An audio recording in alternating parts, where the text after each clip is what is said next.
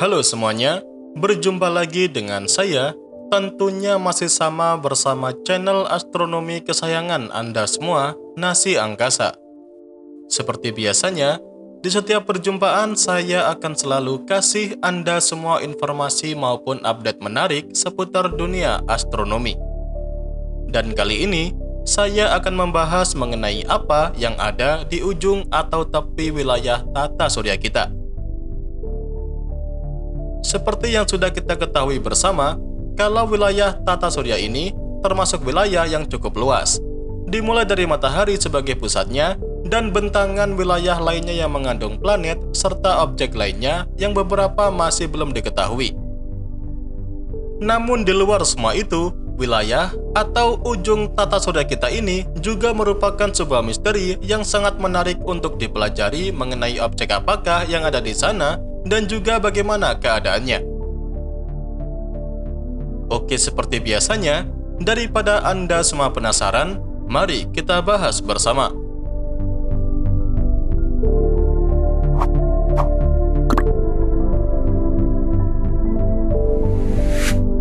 Selama bertahun-tahun, berbagai lembaga antariksa telah mengirimkan pesawat luar angkasa untuk mempelajari wilayah tata surya ini.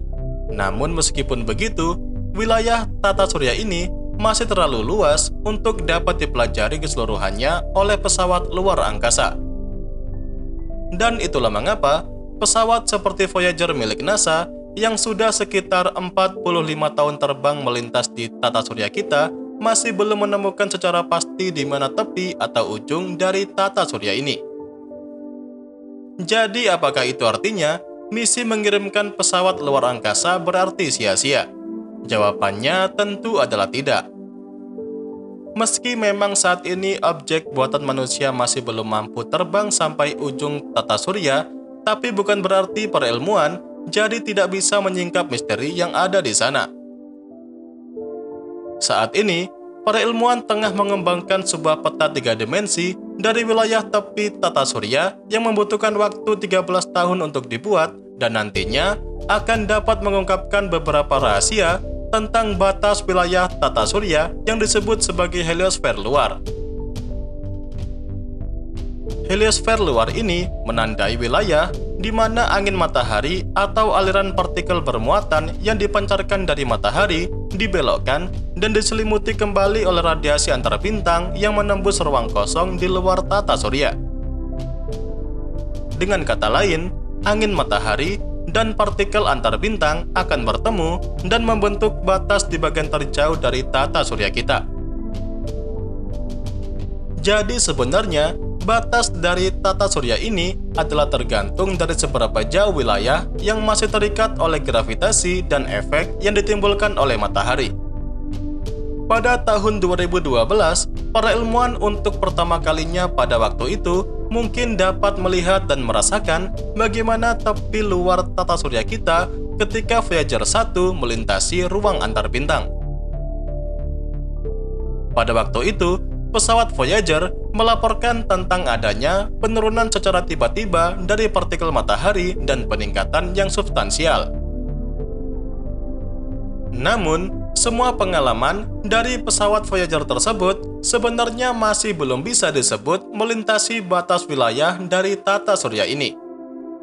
Dan jika kita berbicara mengenai apa sebenarnya batas dari tata surya ini, maka saya akan mengenalkan kepada Anda semua mengenai wilayah yang disebut sebagai awan Oort. Secara singkatnya, awan Oort adalah awan berbentuk bola yang sangat-sangat besar yang berada di area paling luar tata surya kita. Di dalam awan Oort ini terdapat triliunan objek dingin dan beku dengan materi yang berasal dari masa lalu alam semesta ini. Awan Oort juga biasanya disebut sebagai waduk komet karena ketika objek dingin yang ada di sana menyambangi bumi, mereka akan tampak sebagai komet yang sangat indah di langit dengan ekor kometnya. Wilayah awan Oort ini diperkirakan merentang dari 2000 astronomical unit sampai 100.000 astronomical unit, yang artinya wilayah ini memiliki luas hingga 1,67 tahun cahaya. Tentu, ini merupakan wilayah yang sangat-sangat luas, bahkan sebuah jarak yang belum dapat ditempuh oleh pesawat Voyager dalam 45 tahun perjalanannya. Nah, di luar semua itu tadi, nantinya peta 3 dimensi yang baru akan dapat mengungkapkan lebih banyak lagi tentang heliosfer serta lapisan dalam, tempat di mana matahari dan planet berada yang berbentuk bola, dan diperkirakan akan memanjang sekitar 90 astronomical unit ke segala arah. Nantinya, pengukuran untuk peta 3 dimensi akan dikumpulkan menggunakan Interstellar Boundary Explorer atau IBEX yang sudah diluncurkan pada tahun 2008 oleh NASA. Nantinya, wahana IBEX akan mendeteksi partikel angin matahari yang telah memantul kembali dari tepi tata surya dan memungkinkan para astronom untuk menentukan jarak yang terlibat dengan mengukur berapa lama perjalanan pulang pergi dari partikel matahari. Kemudian selain itu tadi, untuk dapat mempelajari lebih lanjut tentang heliosfer, NASA juga berencana untuk meluncurkan misi baru yang disebut sebagai Interstellar Mapping and Acceleration Probe atau IMAP pada tahun 2025 mendatang.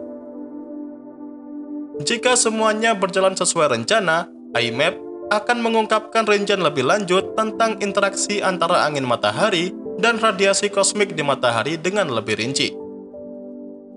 Jadi pada intinya, batas atau tepi wilayah tata surya kita ini adalah tergantung dari pengaruh yang dihasilkan oleh matahari, dan untuk saat ini wilayah terjauh dari tata surya kita adalah awan Oort. Dan ya, itu saja yang mungkin dapat saya sampaikan pada kesempatan kali ini.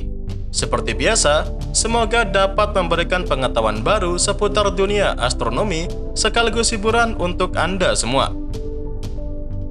Jangan lupa ke depannya masih akan ada banyak lagi pembahasan menarik seputar dunia astronomi yang akan saya sampaikan.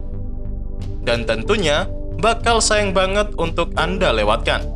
So, tetap stay tune terus ya bersama kami, Nasi Angkasa, Media Astronomi Indonesia.